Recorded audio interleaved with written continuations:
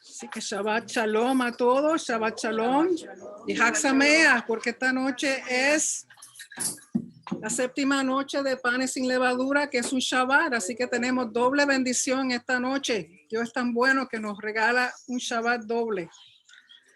Así que bienvenidos a todos los que están presentes y los que están por internet. Le agradezco su apoyo en esta noche y estar conectados. Y esta noche las lecturas son diferentes porque son correspondientes al séptimo día de panes sin levadura. Pero antes de comenzar, vamos a hacer la bendición de la Torá, que dice así: Baruch atah Adonai Eloheinu melech haolam asher baharbanu ha'amim venatan lanu et torato. Baruch atah Adonai noten haTorah. Amén. Bendito eres tú, oh Señor, Dios nuestro, Rey del universo, que nos ha escogido de entre todos los pueblos y nos dio su Torah. Bendito eres tú, oh Señor, dador de la Torah. Amén. Así que las lecturas de esta noche en la Torah corresponden al libro de Éxodo, capítulo 13, verso 17, al capítulo 15, verso 26, y también en Números, capítulo 28, versos 16 al 25. Y resulta que conforme a la tradición, en una noche como hoy, un día como hoy, el séptimo día de panes sin levadura, fue cuando el pueblo de Israel cruzó el Mar Rojo. Amén. Recuerden que salieron en Pesaj el día 14, 15 de Nisan, y cuando vienen a cruzar el Mar Rojo, ya es el séptimo día de panes sin levadura, que es Nisan 21. Hoy en el calendario hebreo es 21 de Nisan. O sea que esta noche, hasta mañana la caída del sol, continuamos con panes sin levadura, con matzah. Después de mañana, después de la caída del sol, pues entonces ustedes pueden regresar a su pancito, que yo sé que muchos están anhelándolo. Así que el Shabbat continúa hasta mañana al atardecer, la caída del sol. Así que si usted tiene su Biblia a mano, por favor vaya conmigo y voy a comenzar en el capítulo 14 de Éxodo, capítulo 14 de Éxodo. Como les dije, es conforme a la tradición de que hoy fue el día en que todo el pueblo de Israel que salió de Egipto cruzó el Mar Rojo. Y dice así: habló Hashem a Moisés diciendo, di a los hijos de Israel que den la vuelta y acampen delante de Pi Hahirot, entre Migdol y el mar hacia Baal Zephón, delante de él acamparéis junto al mar. Entre los comentarios que leí, conforme a la tradición, dicen lo siguiente. Dicen lo siguiente, ese es mi sobrino con su flauta. Él sigue adorando y alabando, así que está bien, no hay problema. Dicen que el pueblo estaba ya llegando a un lugar específico y que Hashem le dijo al pueblo, regresen porque yo quiero que Faraón piense que ustedes van a regresar, porque recuerden que cuando Moisés habló con Faraón, él les dijo que iban a estar en el desierto más que 3 días para celebrar a Hashem y que luego iban a regresar. Pero sabemos que ellos no iban a regresar. Por lo tanto, Hashem le dice al pueblo, dime amor, ¿qué tú quieres? No. Vente. ¿Quieres que te vean? Ah. El futuro rabino pastor de aquí. No, pero no puedes tocar la flauta. Dile hello a todo el mundo. ¿No quieres decir hello? Pues entonces lo que dicen los comentaristas es que Hashem le dijo al pueblo que regresaran, ¿no? Que regresaran como si fueran para Egipto, para que Faraón se creyera. Mira, y perdón. No, vete con abuelita. Vete, para darte, no. Let's go get juice. Está bien. Juice. Go get juice. Hay que dejar a los niños porque de ellos es el reino de los cielos. Así que, de nuevo, el cuento es que Hashem le dice al pueblo que regresen como si fueran para Egipto de nuevo, para que Faraón se creyera que iban a regresar, pero el propósito era, Señor, hacer el milagro que iba a hacer.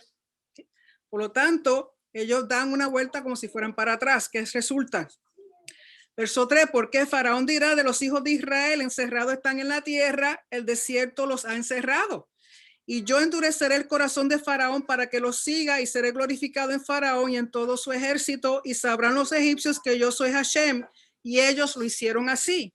Y fue dado aviso al rey de Egipto que el pueblo huía y el corazón de Faraón y de sus siervos se volvió contra el pueblo y dijeron, ¿cómo hemos hecho esto de haber dejado ir a Israel para que no nos sirva? Recuerden que el pueblo estaba esclavizado y ellos lo estaban oprimiendo, lo estaban tratando cruelmente.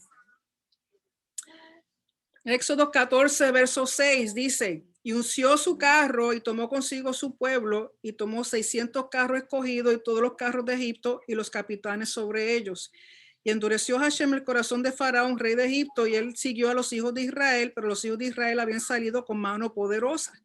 Siguiendo los pueblos egipcios con toda la caballería y carros de Faraón, su gente de a caballo y todo su ejército los alcanzaron acampados junto al mar, al lado de Pi Hahirot, delante de Baal Zephón. Y cuando Faraón se hubo acercado, los hijos de Israel alzaron sus ojos y aquí que los egipcios venían tras ellos. Por lo que los hijos de Israel temieron en gran manera y clamaron a Hashem. Y dijeron a Moisés, no había sepulcros en Egipto que nos has sacado para que muramos en el desierto. ¿Por qué has hecho así con nosotros que nos has sacado de Egipto? ¿No es esto lo que te hablamos en Egipto diciendo, déjanos servir a los egipcios? Porque mejor nos fuera servir a los egipcios que morir nosotros en el desierto. Aquí la perspectiva cambia porque recuerden que Hashem los sacó porque ellos estaban quejándose de la servidumbre que tenían, de la mala vida que estaba ocurriendo. Entonces aquí ahora dicen, no, mejor hubiera sido que nos quedásemos allá. Pero verso 13, yo quiero que ustedes, verso 13 y 14 lo marquen. Porque hoy día, celebrando el séptimo día de panes sin levadura, que es el aniversario de cuando ellos cruzaron el Mar Rojo. En el tiempo, en el espacio de Hashem, en el tiempo de eternidad, nosotros en este momento ahora, aunque no lo entendamos, entramos en esa esfera de ese momento en que esto ocurrió. Yo quiero que ustedes entiendan que cuando nosotros participamos de las festividades de Hashem y sobre todo en momentos como este, nosotros, nuestro espíritu, nuestra alma, es como si trascendiera a ese tiempo. Entonces lo que está ocurriendo allá es como si estuviera ocurriendo en este mismo momento. Por lo tanto, yo les digo a ustedes, y Moisés dijo al pueblo, no temáis, estad firmes y ved la salvación que Hashem hará hoy con vosotros. Porque los egipcios, yo no sé cuál es tu egipcio en tu vida, pero Hashem te dice, porque los egipcios que hoy habéis visto, nunca más para siempre los veréis. Hashem peleará por vosotros y vosotros estaréis tranquilos. Esa palabra es para hoy. Esa palabra es para usted. No sé qué egipcio usted tiene en su vida, pero aquí Hashem dice que se pone en pie y el que te defiende en este momento es él, no nosotros, no usted, él. Entonces Hashem dijo a Moisés, ¿por qué clamas a mí? Di a los hijos de Israel que marchen. Y tú alza tu vara y extiende tu mano sobre el mar y divídelo. Y entren los hijos de Israel por en medio del mar en seco. Y aquí yo endureceré el corazón de los egipcios para que los sigan. Y yo me glorificaré en Faraón y en todo su ejército, en sus carros y en su caballería. Y sabrán los egipcios que yo soy Hashem, cuando me glorifique en Faraón, en sus carros y en su gente de a caballo. Y el mensajero de Dios que iba delante del campamento de Israel se apartó e iba en pos de ellos. Y asimismo la columna de nube que iba delante de ellos se apartó y se puso a sus espaldas. Esa nube, ese mensajero no es otra cosa que la gloria misma de Hashem. Su gloria visible. Y el mensajero de Elohim, Y el mensajero de Jehová que iba delante del campamento de Israel se apartó e iba en pos de ellos, y asimismo la columna de nube que iba delante de ellos se apartó y se puso a sus espaldas e iba entre el campamento de los egipcios y el campamento de Israel. Y era nube y tinieblas para aquellos, y alumbraba a Israel de noche, y en toda aquella noche nunca se acercaron los unos a los otros. Así que lo que uno ven como oscuridad en su vida es luz, porque es la luz de Hashem la que está sobre usted, porque es la luz del Mesías que está sobre usted. Verso 21, y extendió Moisés su mano sobre el mar e hizo Hashem que el mar se retirase por recio viento oriental toda aquella noche. Y volvió el mar en seco y las aguas quedaron divididas. Entonces los hijos de Israel entraron por en medio del mar en seco, teniendo las aguas como muro a su derecha y su izquierda. Recuerden que esto también refleja las pruebas por aguas. Que cuando una persona se la acusaba, era echado en el mar o en las aguas, y si sobrevivía, quería decir que la persona era inocente. Por lo tanto, aquí el pueblo de Dios no tan solo pasa entre las aguas, sino que pasa en tierra seca en medio de las aguas. Y siguiendo los egipcios entraron tras ellos hasta la mitad del mar, toda la caballería de Faraón, sus carros y su gente de a caballo.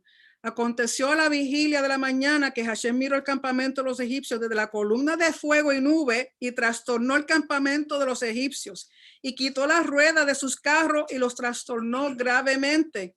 Entonces los egipcios dijeron: huyamos de delante de Israel, porque Hashem pelea por ellos contra los egipcios. Usted tiene que actuar de tal manera que su enemigo entienda que Hashem es el que está peleando por usted. Amén. Que sea el enemigo el que huya y no usted. Verso 26, y Hashem dijo a Moisés: extiende tu mano sobre el mar para que las aguas vuelvan sobre los egipcios, sobre sus carros y sobre su caballería. Entonces Moisés extendió su mano sobre el mar, y cuando amanecía, el mar se volvió en toda su fuerza. Los egipcios al huir se encontraban con el mar, y Hashem derribó a los egipcios en medio del mar. En otras palabras, fueron juzgados, no sobrepasaron la prueba de las aguas, y queda Israel como inocente y el pueblo de Egipto queda como culpable. Y volvieron las aguas y cubrieron los carros y la caballería y todo el ejército de Faraón que había entrado tras ellos en el mar. No quedó de ellos ni uno. Y los hijos de Israel fueron por en medio del mar en seco, teniendo las aguas por muro a su derecha y a su izquierda. Así salvó Hashem aquel día a Israel de mano de los egipcios. E Israel vio a los egipcios muertos a la orilla del mar. Usted asegúrese que su enemigo usted lo va a ver muerto a la orilla del mar, si usted confía y cree en Hashem. Y vio Israel aquel grande hecho que Hashem ejecutó contra los egipcios, y el pueblo temió a Hashem y creyeron a Hashem y a Moisés su siervo. Y el capítulo 15 es lo que se llama el cántico de Moisés. Y recuerden que es un cántico de agradecimiento por la salvación a Hashem. No es un cántico porque los egipcios murieron, porque Hashem no se agrada de la muerte aún de los malvados. O sea, no es un cántico porque el enemigo murió. Es un cántico porque Hashem salvó al pueblo de Israel. Porque aunque sean enemigos, uno nunca debe alegrarse de la muerte de una persona. Por eso es importante orar por ellos. Capítulo 15. Entonces cantó Moisés y los hijos de Israel este cántico a Hashem y dijeron: cantaré yo a Hashem porque se ha magnificado grandemente, ha echado en el mar al caballo y al jinete. Hashem es mi fortaleza y mi cántico y ha sido mi salvación. Este es mi Dios y lo alabaré, Dios de mi Padre, y lo enalteceré. Hashem es varón de guerra, Hashem es su nombre. Echó en el mar los carros de Faraón y su ejército, sus capitanes escogidos fueron hundidos en el mar rojo. Los abismos los cubrieron, descendieron las profundidades como piedra. Tu diestra, oh Hashem, ha sido magnificada en poder. Tu diestra, oh Hashem, ha quebrantado al enemigo, y con la grandeza de tu poder derribado a los que se levantaron contra ti. Enviaste tu ira, los consumió como hojarasca. Al soplo de tu aliento se amontonaron las aguas. Se juntaron las corrientes como en un montón, los abismos se cuajaron en medio del mar. El enemigo dijo: perseguiré, apresaré, repartiré despojos, mi alma se saciará de ellos. Sacaré mi espada, los destruirá mi mano. Pero no sabía que le iba a pasar a él y no a usted. Digo a ellos, perdón. Soplaste con tu viento, los cubrió el mar, se hundieron como plomo en las impetuosas aguas. ¿Quién como tú, Hashem, entre los dioses? ¿Quién como tú, magnífico en santidad, terribles, maravillosas hazañas, hacedor de prodigios? Esto lo proclamamos todos los Shabbat. Extendiste tu diestra, la tierra los tragó. Condujiste en tu misericordia a este pueblo que redimiste. Ahí la palabra misericordia en el hebreo es Gesed. Gesed. Recuerden que Gesed significa la fidelidad y la lealtad de Hashem a su pacto. Por lo tanto, condujiste en Gesed a este pueblo que redimiste. Condujiste en fidelidad y lealtad al pacto. Lo llevaste con tu poder a tu santa morada. O sea, aún aquí le está hablando del futuro. ¿Por qué? Porque su santa morada no es otra cosa que el monte Sión, donde va a estar el templo. O sea, que recuerden que la intención de Hashem desde un principio es tener un lugar donde morar para estar en medio de su pueblo. Por eso sacó al pueblo de Israel de Egipto. Verso 14 del capítulo 15. Lo oirán los pueblos y temblarán, se apoderará dolor de la tierra a los filisteos. Entonces los caudillos de Edom se turbarán, a los valientes de Moab les sobrecogerá temblor. Se acobardarán todos los moradores de Canaán. Así que tenemos a Edom, Moab y Canaán como enemigos de Israel. Caiga sobre ellos temblor y espanto, a la grandeza de tu brazo enmudezcan como una piedra. Hasta que haya pasado tu pueblo, Hashem, hasta que haya pasado este pueblo que tú rescataste. Tú los introducirás y los plantarás en el monte de tu heredad. ¿Por qué plantarlo? Porque es permanencia. ¿Y dónde los planta? No, en el monte Sión, el monte donde va su templo, su casa. En el lugar de tu morada que tú has preparado, Hashem, en el santuario que tus manos, Hashem, han afirmado. El templo, por eso el templo es tan importante, porque es el lugar que Hashem mismo ha escogido y ha edificado. Él hizo el plano, él tiene ya el plano, que fue lo que le reveló a David, que fue lo que le reveló a Salomón, que fue lo que le reveló a Ezequiel, y que en su tiempo será restablecido de nuevo. Hashem reinará eternamente y para siempre. Este cántico es un cántico de entronamiento, un cántico dejando saberle al mundo que Hashem es rey soberano sobre todas las cosas. Porque Faraón entró cabalgando con sus carros y su gente de a caballo en el mar, y Hashem hizo volver las aguas del mar sobre ellos, mas los hijos de Israel pasaron en seco por en medio del mar. Y Miriam, la profetisa, hermana de Aarón, tomó un pandero en su mano, y todas las mujeres salieron en pos de ella con panderos y danzas. Y Miriam le respondía: cantar a Hashem, porque en extremo se ha engrandecido, ha echado en el mar al caballo y al jinete. Así que hoy se conmemora esto, hoy se conmemora ese cántico. Y quiero que vayan, por favor, a Números, libro de Números, capítulo 28, versos 16 al 25. Números 28, versos 16 al 25. Y tengo que hacer dos aclaraciones. Con respecto a los árboles frutales, quiero hacer una aclaración. Cuando yo dije la vez pasada que la fruta no se come hasta que el árbol tenga 5 años, recuerden que esos son instrucciones para la tierra de Israel. Esas son instrucciones con respecto al fruto de Israel.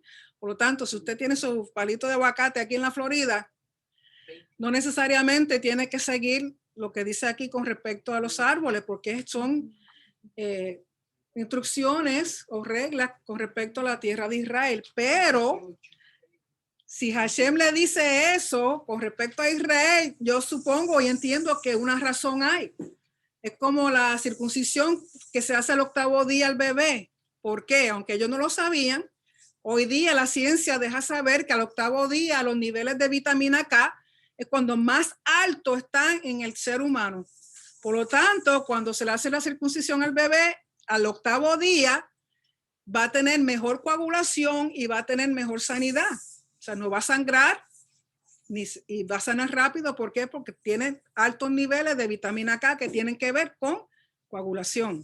Eso se sabe hoy día, pero ya Hashem me había dado el mandamiento, ¿no? Por lo tanto, yo pienso, yo no sé nada de árboles y mucho menos árboles frutales, pero si hay alguna persona que está escuchando y sabe y entiende de los árboles frutales, si realmente el comer la fruta al 5º año y no los primeros 4 años, tiene que haber una razón. ¿Okay? Y eso se encuentra en Levítico 19, verso 23 al 25 con respecto a los árboles frutales. Y simplemente quería hacer ese paréntesis para aclarar que no vaya a ser que ustedes estén por ahí diciendo, ay, pues no puedo comerme esa aguacate hasta dentro de 5 años. Pero tiene que haber alguna razón. Yo no la sé, pero si alguien la sabe, con mucho gusto me gustaría que me dijeran saber. Así que en Levítico 19, verso 23 al 25 dice, y cuando entréis en la tierra de Israel, y plantéis toda clase de árboles frutales, consideraréis como incircunciso lo primero de su fruto. 3 años os será incircunciso, su fruto no se comerá. Recuerden que también los árboles representan a los seres humanos. Y el 4º año, todo su fruto será consagrado en alabanzas a Hashem. O sea que en el 4º año, todas las frutas de ese árbol son consagrados y le pertenecen a Hashem. Mas al 5º año comeréis el fruto de él para que os haga crecer su fruto. Yo, Hashem, vuestro Elohim. Por lo tanto, yo entiendo que si deja ese arbolito tranquilito, quieto, por 4 años, en el 5º año, cuando usted se coma esa fruta, va a ser la mejor fruta que usted se haya comido, porque usted le está permitiendo madurar a ese árbol, dar los mejores frutos. ¿Okay? Pero recuerden que con respecto a la tierra de Israel.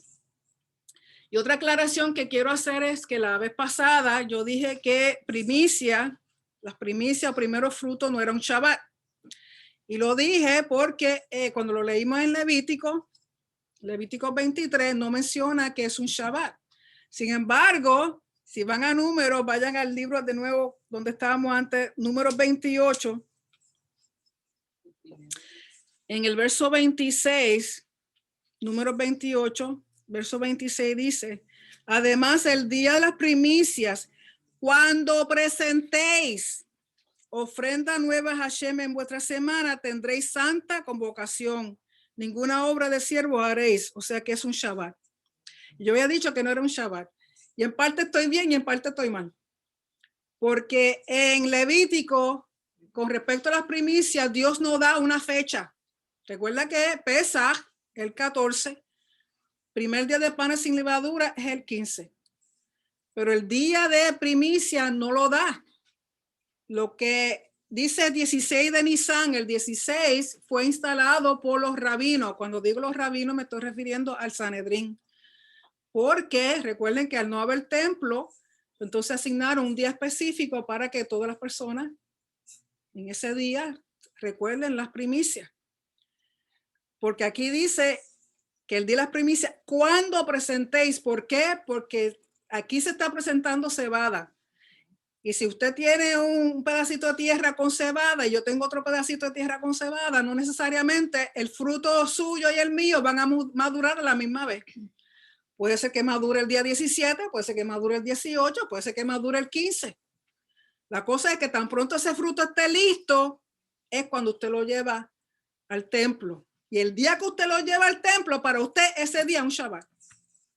¿Okay? Pero como no hay templo y no estamos cultivando cebada, pues entonces el 16 fue escogido por los rabinos, por Sanedrín, para que lo tuviésemos como primero fruto. ¿Okay? Así que disculpen y perdonen, porque si les dije que podían ir a trabajar, se suponía que no. La culpa no es suya, la culpa es mía. ¿Okay? Si el templo hubiera estado de pie, me hubiera tocado llevar un cabrito como ofrenda, porque yo los hice caer a ustedes en error. Ahora le pedí perdón al Señor y el Señor no se los tenga no los culpe a ellos porque fue error mío. Por lo tanto, sí, primicia es un Shabbat conforme al Sanedrín el 16 de Nisan, que fue el domingo pasado hasta el lunes a la puesta del sol. Así que si usted fue a trabajar y pudo haberse quedado en su casa, no se sientan mal, fue mi culpa, ya yo le pedí perdón y usted también. ¿Okay? Pero con respecto a el día de hoy, vamos a leer ahí mismo en número 28, empezando en el verso 16, dice: pero en el mes primero, que es Aviv o Nisan, a los 14 días del mes será la Pascua de Hashem, el Pesaj. Y a los 15 días de este mes, la fiesta solemne, por 7 días se comerán panes sin levadura. El primer día, que fue el 15 de Nisan, será santa convocación, o sea, un Shabbat. Ninguna obra de siervo haréis. Y ofreceréis como ofrenda encendida en holocausto a Hashem 2 becerros de la vacada, un carnero y 7 corderos de un año serán sin defecto. O sea que si hubiera habido templo el primer día de panes sin levadura, todas estas ofrendas habían que llevarse al templo. Más su ofrenda de harina amasada con aceite, 3 décimas con cada becerro y 2 décimas con cada carnero. Y con cada uno de los 7 corderos ofreceréis 1 décima. Y un macho cabrío, aquí dice por expiación, pero es por purificación para reconciliaros. Esto ofreceréis además del holocausto de la mañana, que es el holocausto continuo. O sea que además de los 2 corderos que se ofrecían en el día, todo esto también había que ofrecerlo el día 15 de Nisan, el primer día de panes sin levadura. Conforme a esto ofreceréis cada uno de los 7 días, o sea, esto había que hacerlo por 7 días corridos. Toda esta ofrenda todos los días en el templo. Vianda y ofrenda encendida en olor grato a Hashem se ofrecerá además del holocausto continuo con su libación. Y el 7º día, que es esta noche, tendréis santa convocación, ninguna obra de siervos haréis. O sea que el 7º día, hoy es el último día de panes sin levadura. Es un Shabbat que comenzó a la caída del sol y termina mañana a la caída del sol. Después de mañana, a la caída del sol, usted puede volver a comer levadura. Quizá usted va a ver en algunos calendarios que le incluyen otro día adicional, el día 8º. Pero eso también fue instituido por los rabinos, que para las personas que están fuera de Israel, a las fiestas que tienen 7 días, ellos les añaden un día más. Pero yo lo celebro conforme lo celebra Israel. Si usted quiere estar un día más sin comer levadura, usted puede hacerlo. Pero realmente, conforme a lo que dice la Torá, es hasta mañana a la caída del sol. ¿Okay? ¿Y cómo relacionamos esto con Yeshua? Vayan por favor al libro de Revelación o Apocalipsis, capítulo 15. Revelación o Apocalipsis, capítulo 15, verso 1 al 4.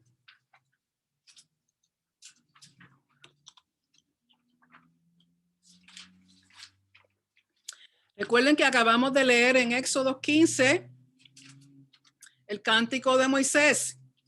Y ahora en el libro de Revelación o Apocalipsis, también el capítulo 15, verso 1 al 4, dicen así: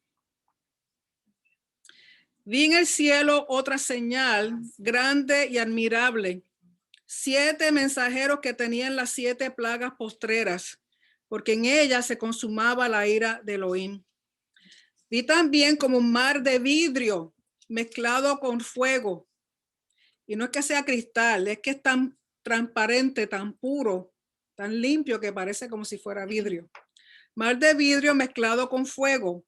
Y a los que habían alcanzado la victoria sobre la bestia y su imagen y su marca y el número de su nombre en pie sobre el mar de vidrio con las arpas de Elohim. Aquí el número de su nombre quiere decir lo que en judaísmo se conoce como gematria. Gematria es una de las formas en la cual se estudia la Torá, se interpreta la Torá en base a números. Toda letra hebrea tiene un valor numérico. Entonces lo que ellos hacen es que suman el valor numérico de las letras y le da un número. Y cualquier otra palabra que tenga ese mismo número están relacionadas. Por ejemplo, la palabra Nahash, que podemos traducir como serpiente, resulta que tiene el mismo valor numérico que la palabra Mashiach, Mesías. ¿Y cómo podemos relacionar la serpiente con Mesías? Recuerden cuando Moisés levantó la vara que tenía la serpiente para que todo el que la mirara se sanara de las serpientes que habían mordido a las personas, ¿verdad? Que eran serpientes que mordían y mucha gente murió. Entonces, la palabra Nahash, serpiente, tiene el mismo valor numérico que el nombre Mashiach, que creo que es un valor de 358, si me acuerdo bien. Entonces, lo que hace la gematria es que todo número, toda palabra que tenga el mismo valor numérico, lo relacionan. Y aquí en el caso del 666, de la única forma que usted puede llegar a ese cálculo es si está escribiendo el nombre de esta bestia en hebreo. No puede ser en español, no puede ser en griego, no puede ser en ningún otro lenguaje más que en hebreo. ¿Por qué? Porque está haciendo referencia a la gematria. Por lo tanto, los 666 en hebreo es Nerón, César Nerón. Era la bestia de aquel entonces, porque el libro de Revelación está hablando de lo que está sucediendo en el momento en Israel con respecto al gobierno romano y los creyentes en Yeshua. Si usted no lo lee en ese contexto, usted se va a formular pajaritos preñados y un montón de otras cosas que no tienen nada que ver con lo que está diciendo el Señor. ¿Okay? Y por eso por ahí hay muchas doctrinas que lo que hacen es confundir a las personas. Usted tiene que ir al tiempo en que se escribió. ¿Y por qué Juan escribe de esta forma? Que a veces uno la lee y no entiende, porque era entendido solamente entre ellos mismos, entre los creyentes. Era como una, como en código, estaba hablando de una forma que solamente ellos podían entender, porque si los romanos leían esto, rodaban más cabezas de las que habían rodado ya. ¿Okay? Por lo tanto, cuando dice el número de su nombre en gematria era Nerón, el César Nerón. Verso 3. Y aquí son los victoriosos y cantan el cántico de Moisés, siervo de Dios, y el cántico del Cordero. ¿Por qué hablan del cántico de Moisés y del Cordero? El Cordero del Pesaj. ¿Y por qué? Porque el cántico de Moisés es cuando son salvados, son traídos, son sacados, son libertados de Egipto, de la esclavitud. Salen de un Dios falso a de nuevo establecer una relación con el Dios verdadero, que es Hashem. Por lo tanto, cuando habla del cántico de Moisés, las personas que saben la Torá inmediatamente lo relacionan con el Éxodo, inmediatamente lo relacionan con redención.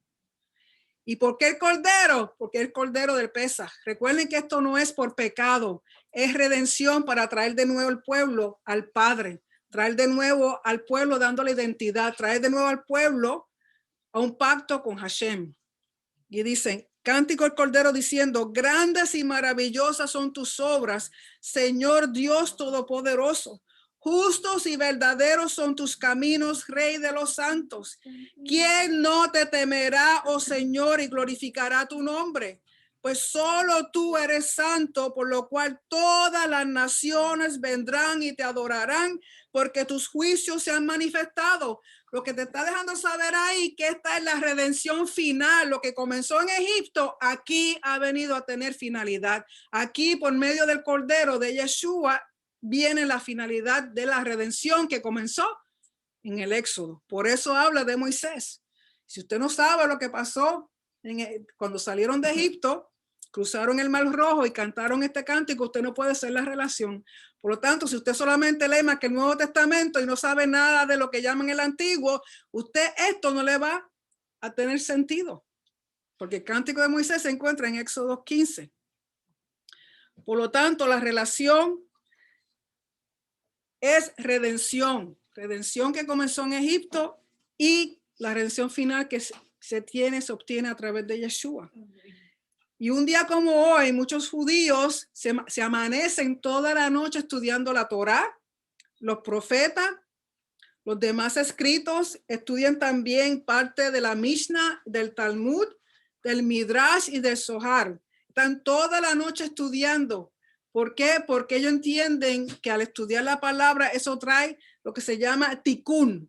Tikkun es rectificación, rectificar el mundo, rectificar nuestras vidas, rectificar todas las cosas. ¿Por qué? Porque el propósito es redención total por medio de Yeshua.